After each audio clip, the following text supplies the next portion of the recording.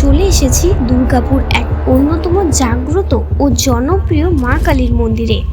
জগৎগৌরী মা ডিভিসি কালী মন্দির, এটি মা কালীর পূজা যা ডিভিসি মোড়ে এই মন্দিরে হয়। মা স্বয়ং তাদের স্বপ্নাদেশ দিয়ে এখানে প্রতিষ্ঠিত হয়েছেন, কিন্তু এখানকার যে সেবক সে মাকে আনতে চায়নি। সে বলেছেন, আমি একজনকে এখানে পুজো করি এবং আরেকজনকে পুজো করার মতো আমার কাছে সামর্থ্য নেই। মাকে আমি স্বপ্নাদেশে পেয়েছিলাম আর আদেশ করেছিল আমাকে পুজো যে মা যখন বলে আমার পুজো করবি, তো আমি তো একজনের মা মনসা ঠাকুর আছে পুজো করতাম, তো আমার তো দুটো পুজো করার আমার সামর্থ্য নাই। তাই আমি বলছিলাম আমি পুজো করতে পারবো না, আমি একজনকেই করবো।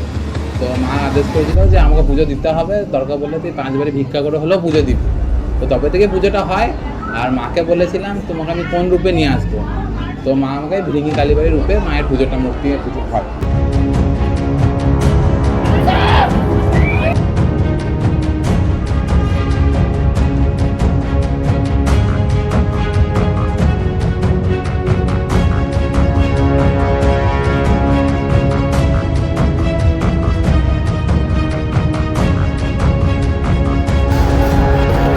এই মায়ের বিরাট মাহাত্ম্য আছে, যা বেশিরভাগ ভক্তরাই দেখেছেন।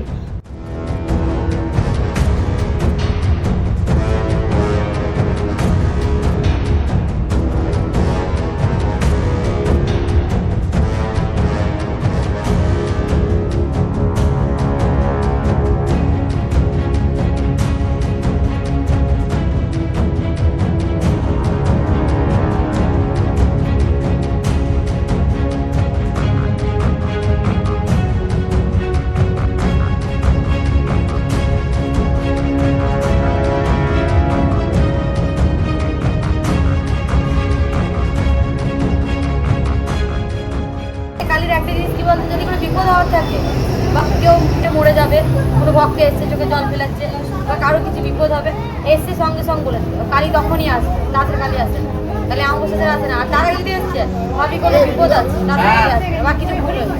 ডিভিসি মোড় ভবানীপল্লী, আপনারা যদি বেনাচির থেকে আসছেন বা সিটি সেন্টার থেকে আসছেন, বাস চাপেন, বলুন ডিভিসি মোড় মনসা মন্দির যাবো, যে কোনো বাসওয়ালা আপনাকে আমার মন্দিরের সামনে নামিয়ে দেবে। নাম্বারটা 6294378839। কোনো অসুবিধা হলে সব রকম সমস্যা একবার ফোন করবেন।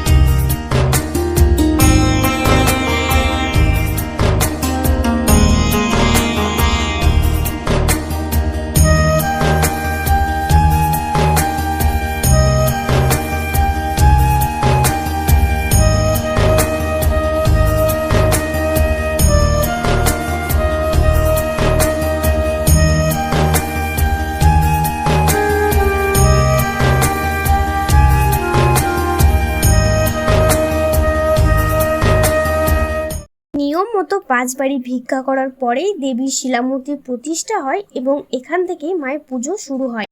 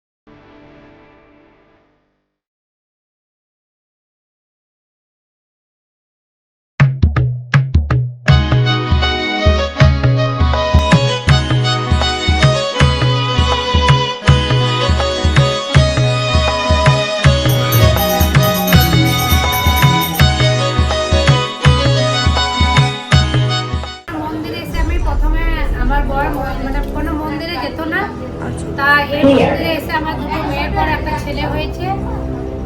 এই মন্দিরে মানে আমি ছেলের জন্য অনেক জায়গায় মাথা ঠুকেছি, কিন্তু কোথাও হয়নি। এখানে আমরা প্রত্যেক সপ্তাহে আসি, প্রত্যেক স্যাটারডে আসি, প্রত্যেক স্যাটারডে এসে পুজো করি, ভালো লাগে। তখন আমার ছেলে পেটে ছিল, তখন প্রথম তো মা বলেনি কি যে তোমার মানে কি আছে, মা বলেছিল যে ভালো আছে, ভালো দিয়েছি, ভালো হবে। যখন আমার লাস্ট মানে 9 মাস যখন হলো, তখন আমি একদিন মানে ওই কোনাতে দাঁড়িয়ে পুরো কাঁদছি যে কী হবে, আমার বহুত টেনশন লাগছে যে কী কাঁদছি। সেদিন আমার বড় মা এসেছিলো, বড় মা বললো যে না যা না, তুই কেন কাঁদছিস, তুই যেটা চেয়েছিস সেটাই তোকে দিয়েছি, তোর আর কোনো চিন্তা নেই। সেই মানে শুনে আমি বাড়ি গিয়েছি। বাড়ি যাওয়ার পর 10 দিন পরেই মানে হসপিটালে গিয়েছি। ঠিক বড় মায়ের কৃপাতে আমার ভালোই খবর হয়েছে। এইরকম আরও ভিডিও পেতে আমাদের চ্যানেলটিকে সাবস্ক্রাইব করুন। ভিডিওটি শেষ পর্যন্ত দেখার জন্য অসংখ্য ধন্যবাদ। আর ভিডিওটি যদি আপনার ভালো লাগে তাহলে কমেন্ট করতে ভুলবেন না।